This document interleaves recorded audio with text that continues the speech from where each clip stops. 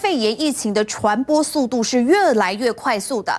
在英国一项最新的研究就发现，同样是在通风不良的房间里面，如果新冠肺炎患者不戴口罩聊天30秒钟的时间，将病毒传播给他人的风险会比他们咳嗽还来得更大。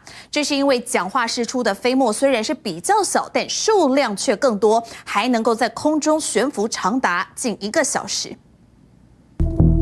我们身处中的空气到底有多危险？英国一项最新研究发现，在通风不良的空间里，不戴口罩讲话半分钟，传播新冠风险可是比咳嗽高出许多。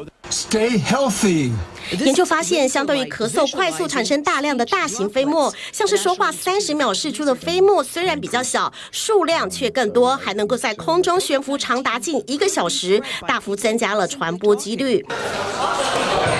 像是一个学生爆满的演讲厅，本身是新冠患者的讲师演讲1个小时，推估传播率可能高达20%。要是环境换成了通风良好、气流可带走病毒的话，被传染的几率会跌到最多7%。Thing to do is to make sure that as much ventilation as possible is achieved.Open a window, sure it has as much fresh air coming in as possible. 过去美国也曾有研究指出，通风情形决定了我们呼吸到病毒飞沫的数量，而且说话的声量越大，所产生的飞沫也越多。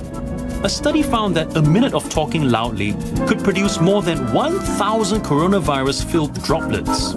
面对更具传染力的新变种病毒，欧洲国家开始加强口罩的相关规定。德国巴伐利亚州政府强制要求民众搭乘大众运输工具、进入超市或是进入工作场所时，必须佩戴与 N95 同等级的口罩。奥地利也将在下周一开始采取同样的措施，希望能够遏阻疫情的扩散。